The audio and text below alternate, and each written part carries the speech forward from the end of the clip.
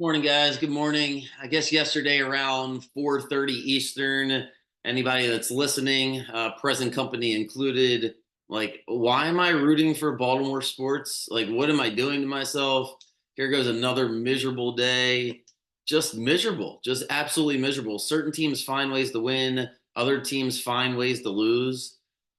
The Orioles keep finding new, different ways to lose. The Ravens love to blow double digit leads. I mean, what are we doing? Just what in God's name are we doing? Did this twice in 2022 to the Giants and then the Dolphins, epic collapse at home. Did it last year to the Browns and did it again this year. I mean, the Raiders are trying to lose the game. They want to go home. They're down by 10 twice and we're doing everything we can to give him a chance, and that's what happens. Like you, these guys are just too good. Athletes are too good. You keep giving them too many chances, and Bowers and Adams, Brock Bowers, Devontae Adams, just dominated us after we gave them a million chances.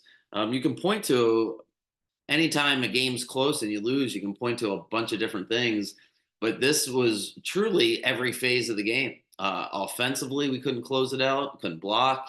Defensively, I mean, I have to see the all 22 cam. I'm not at the game. Guys are just wide open on my TV screen. Every single pass, they're just wide open. Oh boy! And then Stout has his worst punt of his career. Was it 24-yard punt? And so the Raiders get to start in our territory, and they go ahead and they get the lead, and that's that. I don't know what's worse, being a John Harbaugh supporter or being a Brandon Hyde supporter, because man, it's becoming hard to defend either one. Harbaugh just when you say you want change at the top, sometimes you don't need to point towards just the win loss record. It's just like it's a vibes thing, it's an energy thing. Closing out these games when the pressure gets there, decision making, the two challenges were just bad. I don't know why. My biggest you know, criticism of the Ravens offense ever since that loss to the Titans in the wild card was why isn't Patrick Ricard just on the field a lot more? Like you pay him a lot of money. If you're not going to use him, then just don't have him on the team and get us another receiver because it is incredibly frustrating. I said it before the season. Teams are going to run the ball a lot more this year. Part of the reason that teams are running the ball a lot more is they saw what the Ravens did as a blueprint for success in 2019. They watched the Eagles do it a couple years ago. Running the football, you have to be able to do it because of the way the defense has changed. The defenses in most of these games, if you're watching, if you're listening to the commentary, they don't want to give up the super deep ball. So there's two safeties back. You're not getting as many one-on-one shots down the field, and it's that short passing game that's taken over. Then defenses have adjusted to that, and starting last year, and the trend in training camp and things I was reading is going into this year to combat that short passing game, the way the defenses are on it, you're going to have to run the football more. You're going to have to run the football to open things up. The old school way of you got to run the ball to get the defense to back up a little bit so you can get the underneath routes. And you're seeing it across the league. And yet the Ravens, they just go away from the run too many times where there's not a commitment to the run. And the psychological toll that plays on the offensive line is you can't find it in any statistic. But anybody that knows football knows that an offensive lineman rather run block than pass block. It's tremendously easier. You're just leaning on the guy in front of you and you're just pushing. Offensive, pass blocking is incredibly difficult. So anytime there's a run call, every offensive lineman's happy. And at the end of the game, you're tired. It's just the Raiders' defensive line is so good anyway. It's just incredibly frustrating. And then Ricard is just not on the field. He's the X factor. You can even throw him the ball. It makes our offensive line even that more dynamic. And he just doesn't get that many. He doesn't fit Monken's scheme. It's obvious, but he's on the roster. What a horrible game yesterday. I don't know what's going to happen for the rest of the season. But the next three games are brutal. I know I'm not breaking any news to Ravens fans, but it's the Cowboys, then it's the Bills at home, and then it's at the Bengals. I mean, you're staring at 1-4 right in the face here. Oh my God, just like you can't afford to lose that game yesterday. You just can't. So what a frustrating loss. And to make it 10 times worse is the Steelers win, the Browns win, the Bengals don't look as bad as we thought they were week 1. So it's like, man, you're just creating digging yourselves a hole here early in the year. Um Man, I'm going to spend a couple minutes on the Orioles, and I promise myself that I won't do this all day because they're just ruining. They're ruining my day. They are. They're just every single time that I sit and watch an Orioles game, I'm like, I'm just dying inside, and it's so hard to like find any positives with these games. The thing that drove me crazy yesterday is why do they remove Cole Irvin from the team? Like they can't read the room. He is the vibes guy. He is everyone likes him. I know it probably doesn't make a difference yesterday, but they just can't do anything simple. Just get rid of the guy that nobody wants on the team. Like they bring back Jacob Webb, just get rid of Craig Kimbrell. Just be effing done with it. But instead, we'll get rid of Cole Irvin, which I don't know. It made me feel weird as soon as I saw that. I'm like, that just doesn't make any sense. Urban, I don't know. But just get rid of Kimbrel. You finally have an excuse to get rid of him, but you don't. And then I'm glad Kerstad's back and he's in the lineup, but you're gonna just bat him fourth. Like he hasn't played in a month, over a month. Like how long has he played? It's been forever. It feels like the first 2 times he's up, he's in RBI situations. Like of course he is. He's batting fourth. He's in, and he grounds out twice, just trying too hard. Santander can't get the run in when he had the chance. And there we go. Povich makes one bad pitch and it's over. And then just when you think maybe we're going to battle back in the 9th inning, we're only down a run as Adley hits his 2-run homer. Soto's been so bad. I don't care what his numbers are. He's killed every vibe that exists in this Orioles team. As soon as he's got here, he's just been a vibe killer. He looks so dumb out there too. I hate people that just look dumb. He looks dumb. Everything about him just looks dumb. He looks so surprised every time a guy clobbers the ball off of him. I know his numbers were good recently because it's low leverage moments. Whatever. He comes in, screws up, gives up a run, and then that's the end of that because, of course, we're not going to get any runs in the 9th inning. Now we're 3 games out. All future bets are just falling apart. Oh my God, what a shitty, shitty day in Birdland yesterday. Ravens Flockland, whatever the hell you want to call it. Just, yeah, it's some teams find ways to win, some teams find ways to lose. The 2022 Orioles and 2023 Orioles found ways to win. This team finds ways to lose. I said this over a month ago. They would have been better off just not having a manager. This guy just ruins everything. He is so tense. He's so tight. The whole team is playing that way. I don't know if they're going to be able to stop it. I keep thinking they're going to snap out of it. And now here we are. There's 12 games left. They're off today. Oh Lord, you just got to pray and hope that they can turn around because it's just been depressing. It really has. I don't know, maybe there's a better word, sad, frustrating, but really has. It's just been a drag for a few months on a team that was so much fun to root for. And it's just the energy's not there. They're not stealing bases. They're not getting on base enough to steal any bases. So deflating loss there. Ravens obviously deflating.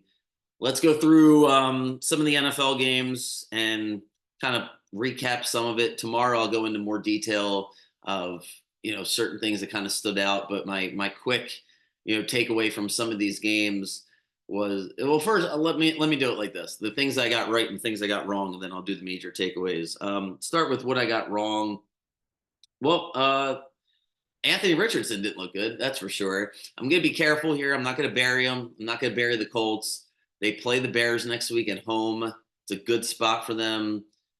They got to win that game. Turns into a must win, but they look bad yesterday. Gus Bradley, the defensive coordinator for the Colts, is like the only human being in the world yesterday that didn't realize the Packers aren't going to throw the ball down the field. Like the way he set up his defense was ridiculous.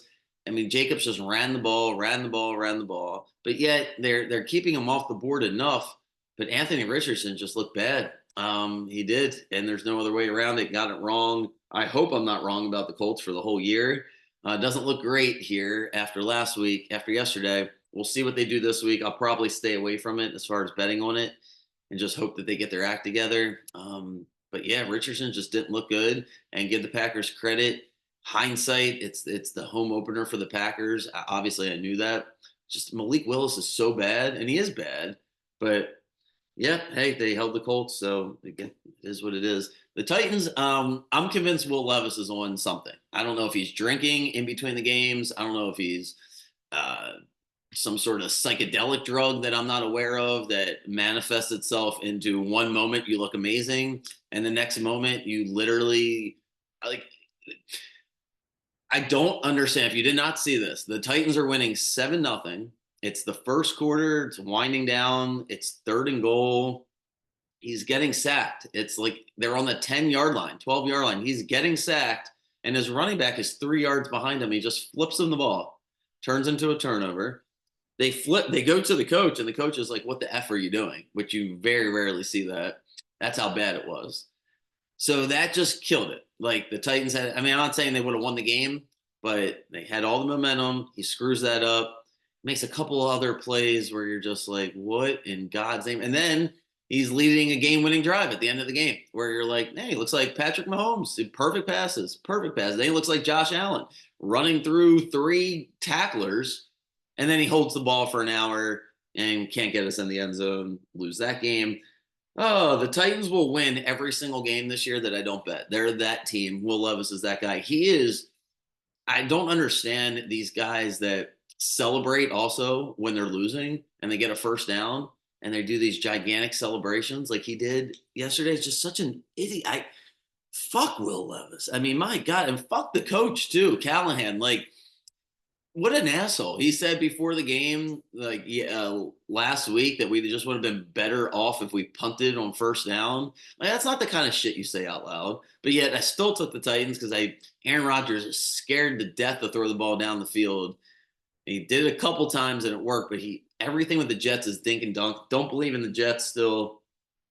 Obviously, Titans game goes the wrong way. And then the Chiefs was something I got wrong. So the Bengals they always play up against the Chiefs. I knew that. I know the games are always close. Feels like the Chiefs had a chance early in that game. As long as the Bengals had to play from behind, I really liked the Chiefs. They never forced the Bengals to play from behind. I was surprised Reed didn't go for it on their first drive. Settled for a field goal to make it 3-3. Thought they should have gone for it there to go up 7-3. And they just never forced Cincinnati to play with any sort of stress. To Cincinnati's credit, when Burrow had the sack, the strip sack that turned into a touchdown, the Chiefs were up by 1 at that point. And then I was like, you know what? They'll get a stop. Then maybe they'll get the touchdown. We'll cover. But the Bengals went right down the field. Burrow just plays well against Kansas City. He had the one mistake. But Jamar Chase, by the way, what a loser. Like, there's certain guys just don't want on the team. I don't know if you guys saw this, but it would have been 3rd and 5 when the Chiefs were up 23-22. So it's the last time the Bengals had the ball, or second to last time they had the ball. And Burrow completes the ball to Chase, sets up a 3rd and 5, 3rd and 4, something like that. And Chase thinks the defender grabbed his face mask. And he probably did. Argues with the ref. Ref lets it go. Argues some more. Ref still lets it go. He won't stop himself. Gets into his face. Finally gets the 15-yard penalty. Burrow's exasperated. Like, what are you doing? Tries to stop him. Still can't stop him. There's certain people that when you realize that they're just dumb, this is a good life lesson. As soon as you realize somebody's an idiot, like, stop trying to investigate further or figure out why. Just be like, I got to get away from this person. The person is just not that smart. Life's too short. There's too many other great people in this world. This guy's a moron. If you're dating, if you're married to the wrong person, like, if a person is just dumb, way below you don't have to be a genius, but if you're like, you know what, this person is just not that smart, I need to just get away from them. If the Bengals were smart, they would trade Jamar Chase today. His value is as high as it's ever going to be. What a loser. What a complete disaster of a human being. Like, everything he does is ridiculous. It's cringeworthy off the field. He says weird things all the time, always wants attention. And then how do you get a personal foul there? Like, it's just so selfish, makes absolutely no sense. There you go. That's what the Bengals get. So they get the 15-yard penalty. So now they can't convert the first down. Burrow does a good job to get 10 yards back. So they kick the field goal, and then boom, who gets the ball back? Mahomes gets it. But he still doesn't score. The Bengals get the ball back again, and they can't get a first down. And then Mahomes gets it one more time. And yeah, stop me if you've seen this before. But the Chiefs are going to win the game. You just know they're going to win the game. And by the way, why can't everybody make a 50-yard field goal? I mean, Butker makes a 51. Fairburn last night's hitting a 57. I watched a 54-yard. Everyone's making a 50-yard field goals except Justin Tucker. Fuck Tucker too. Yeah, he's a dick off the court, off the field. Excuse my language. I don't know how many people have interacted with him. I got several stories of him just being a complete jackass to fans. Just a jerk, really, off the field several different times. Nothing to me personally, but enough people that I know. Anyway, just a jerk. And then he can't make a field goal anymore. Maybe he shouldn't have talked shit to Mahomes and Kelsey last year in the playoff game. Just he's been a disaster. Be better off if. Anyway, speaking of kickers, by the way, why is everybody making 50-yard field goals and the Giants don't have a kicker? Like that general manager should be fired. He should have been fired when he's asking his kids who they should draft in the on the stupid Hard Knocks thing that you're watching. He is. I should be the general manager. I mean, if he's a general manager, I should be the general manager. What in God's name is he doing? Like, how do you not have a kicker on the team? You knew the kicker was injured. You don't have a backup kicker, so the Giants don't kick extra points yesterday. They can't kick extra points. Then they can't kick the game-winning field goal because they just don't have a kicker. So they lose. What a disaster of a game that was if you're a Giants fan. I mean, I feel, holy God, that like how do you not have a kicker? I don't understand how you don't have a backup kicker. This isn't high school. Like, what are we doing?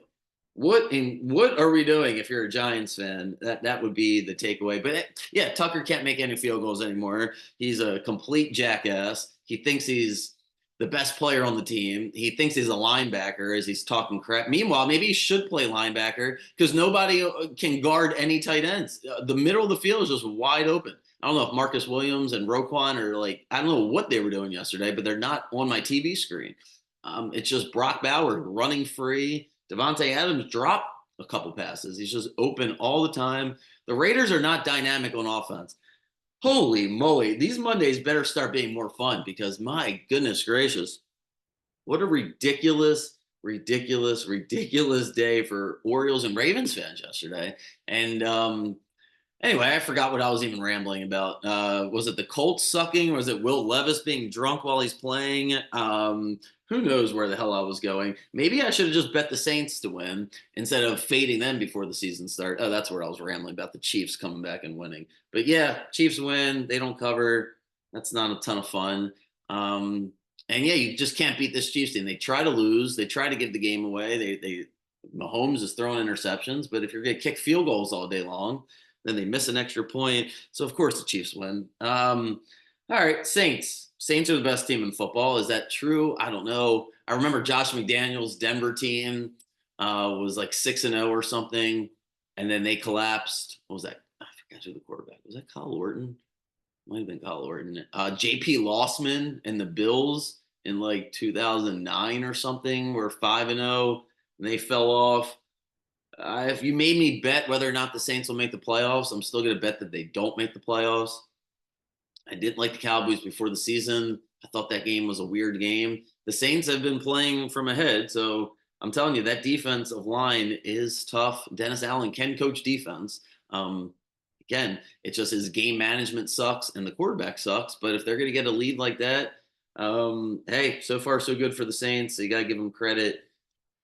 Oh, God almighty. All right, let's do the Seahawks. I got that right. Barely. They still gave up too many points, so it's back-to-back weeks that the team total went over. But unlike the Ravens, McDonald closed the game. The Seahawks closed the game. They did everything right at the end of the game.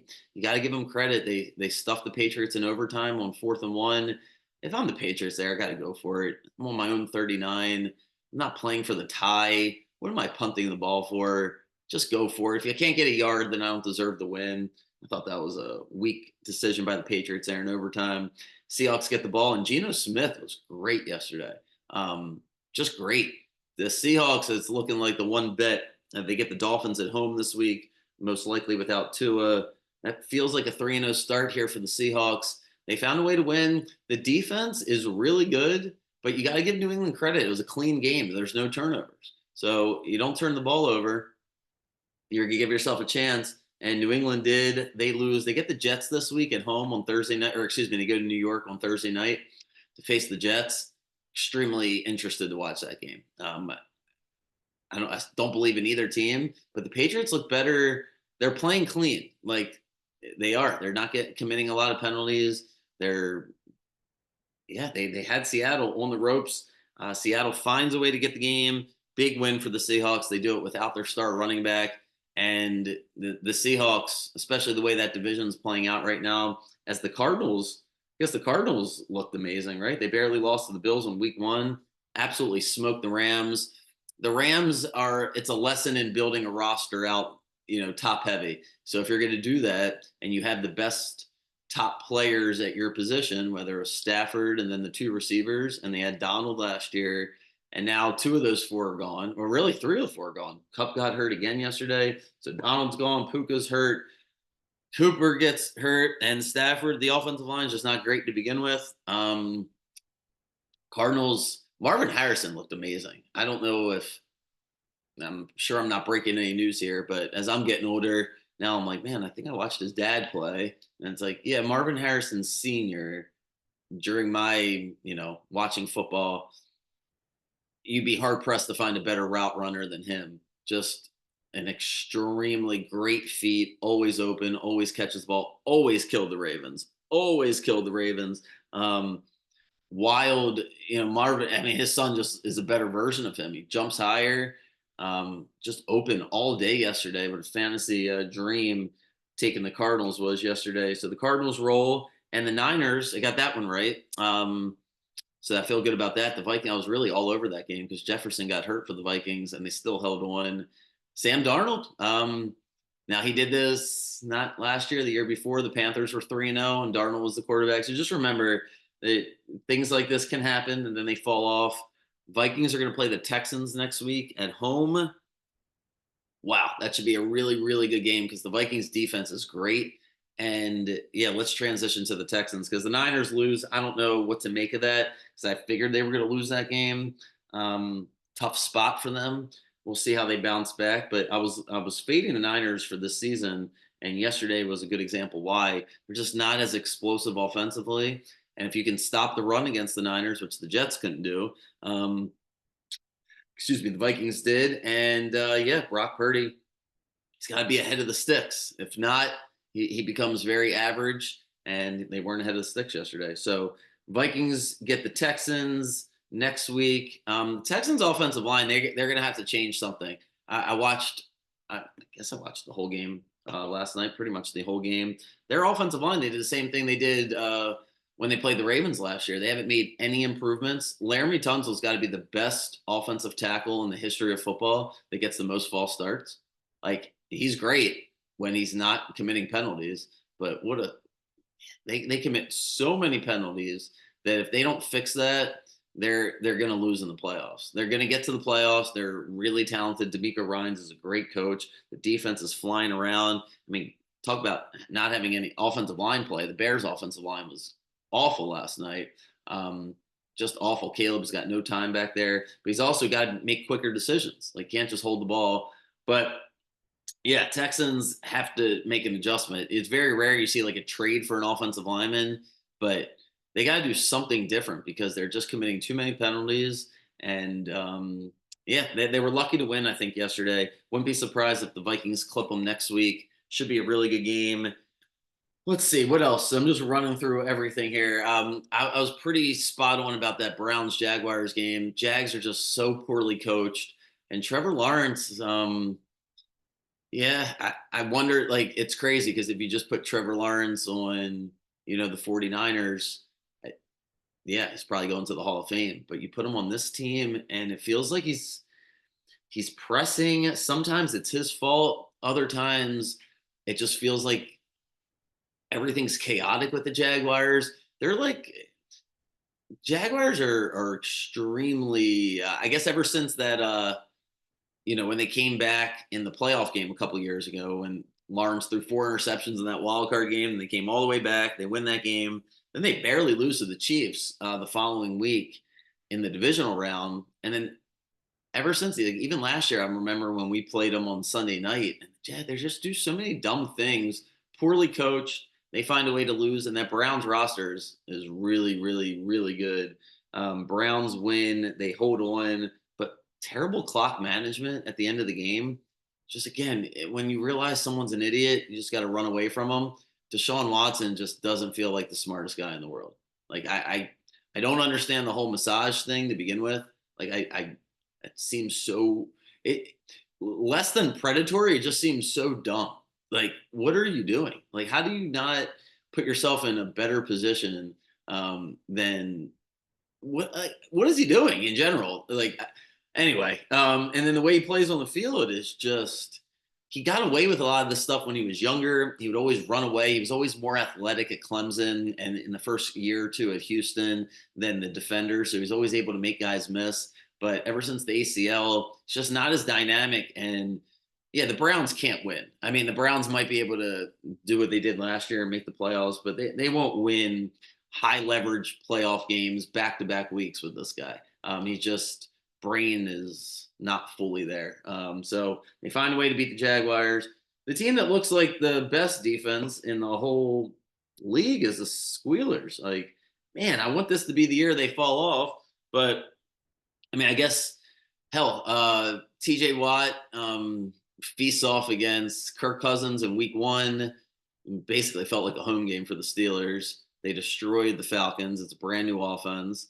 They destroyed Bo Nix. I don't necessarily know if this makes them, going to the playoffs, but hey, you play who you play, and they've dominated them. The offensive line looked decent yesterday, and that's how the Steelers want to play. They want to move the ball with their offensive line and see if they can keep the game close enough. They did just that, and they found a way to win. So got to give the Steelers credit.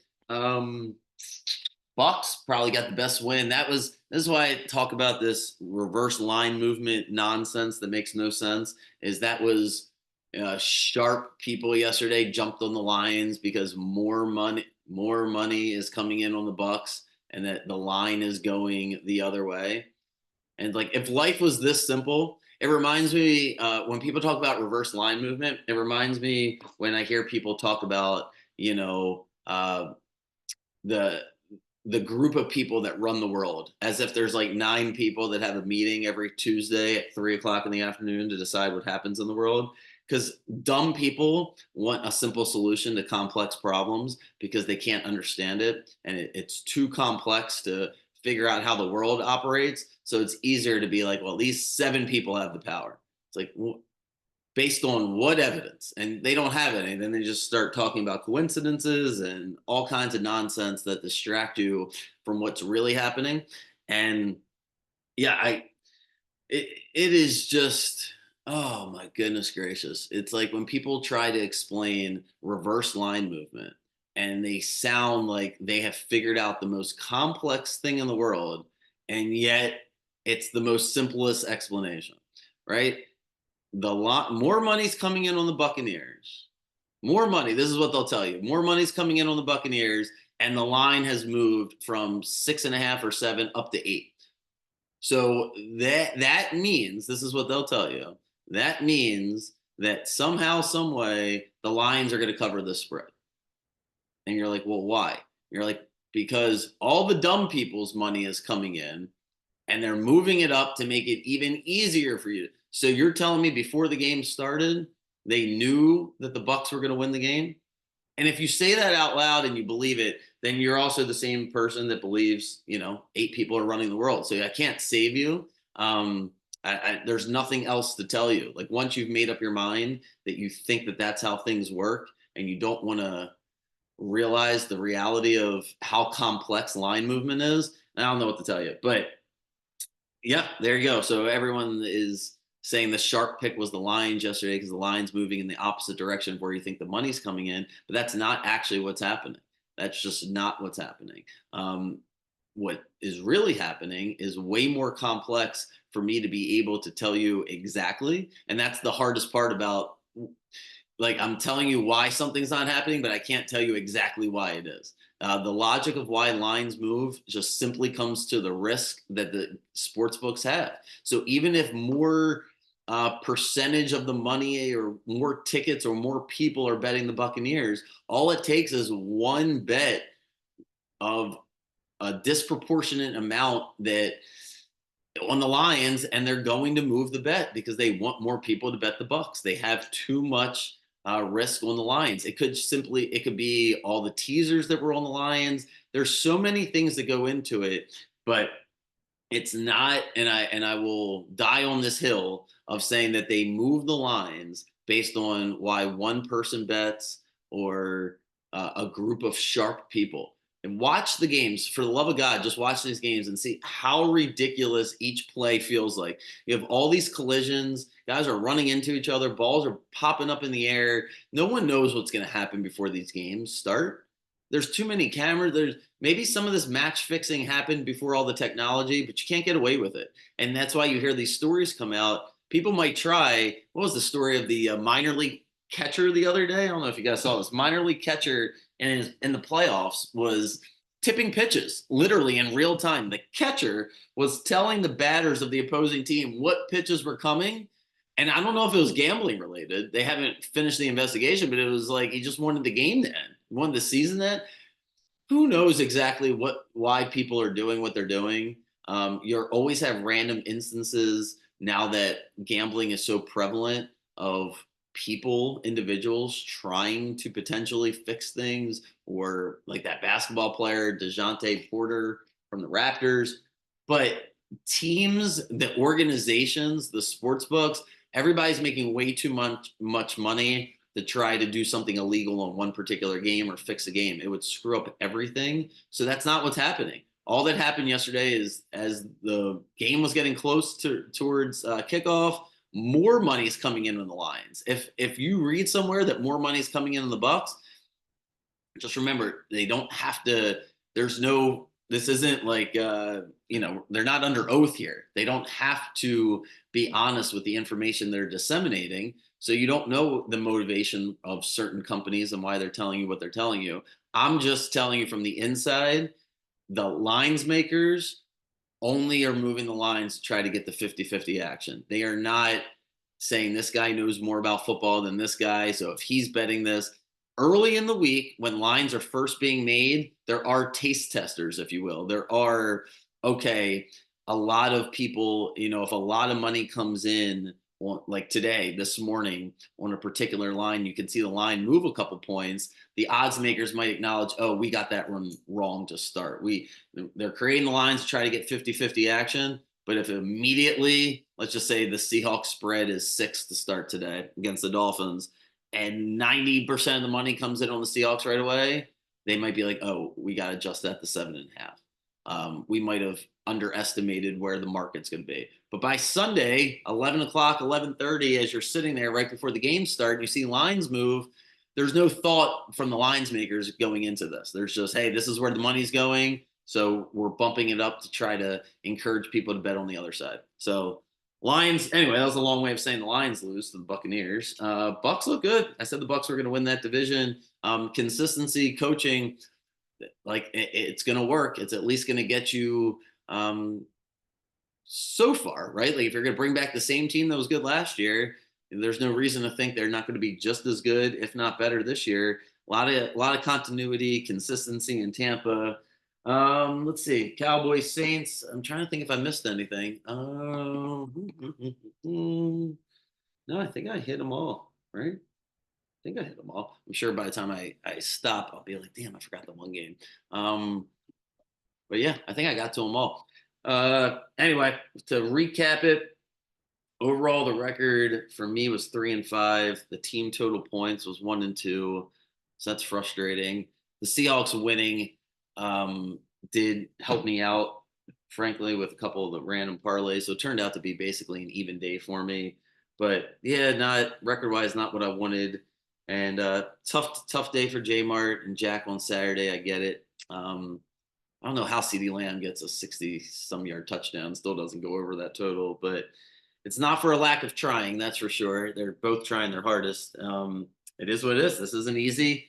It's frustrating for sure if you don't have a good day. But yeah, we get back to it. I feel better this morning than I did last Monday. Just a couple games bounced the wrong way. The Colts is going to bother me. I'm going to watch that whole game. I'm going to basically rewatch it and dive into the Colts during this week to see if they're just starting off slow or was I wrong about the coach and the quarterback combination? Because not great yesterday. We got what do we got tonight? Falcons, Eagles tonight. AJ Brown's not going to play. Kirk Cousins sucks in prime time. Not taking the Eagles, leaning towards the Falcons. I want to do a little bit more research. I haven't really spent any time on it, but I don't trust this Eagles team at all. So if they win, I expect it to be super close. Good luck to you guys with whatever bets. Hopefully, you guys had a good day yesterday. Rough day. I mean, shoot, the just underdogs. I think we're 10-4 yesterday. I'm in a poll. How many people is it? I think it's might be 17 this year. We had a couple drop off.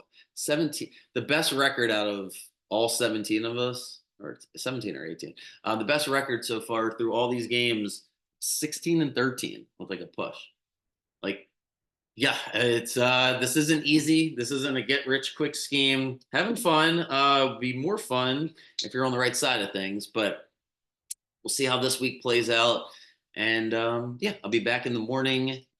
I feel like I'm forgetting something, but if I remember it, then I'll put it in the chat. But I think that's about it. I don't want to rant anymore about the Ravens. Gonna watch. Oh boy, Yankees 3-game lead on the Orioles. We got 6 this week. Giants and Tigers. We got to win 5 out of 6. I mean, we're at that point. So hopefully we get it together. Hopefully tomorrow in a little bit of a better mood, even though there's nothing today that might put me there since the Orioles don't play and the Yankees don't play. Yankees got to go to Seattle, by the way, and then Oakland this week. So, all right. Either way, I'll be here in the morning, talk about Monday Night Football and whatever else is happening. So, have a good day, guys. And yeah, good luck tonight.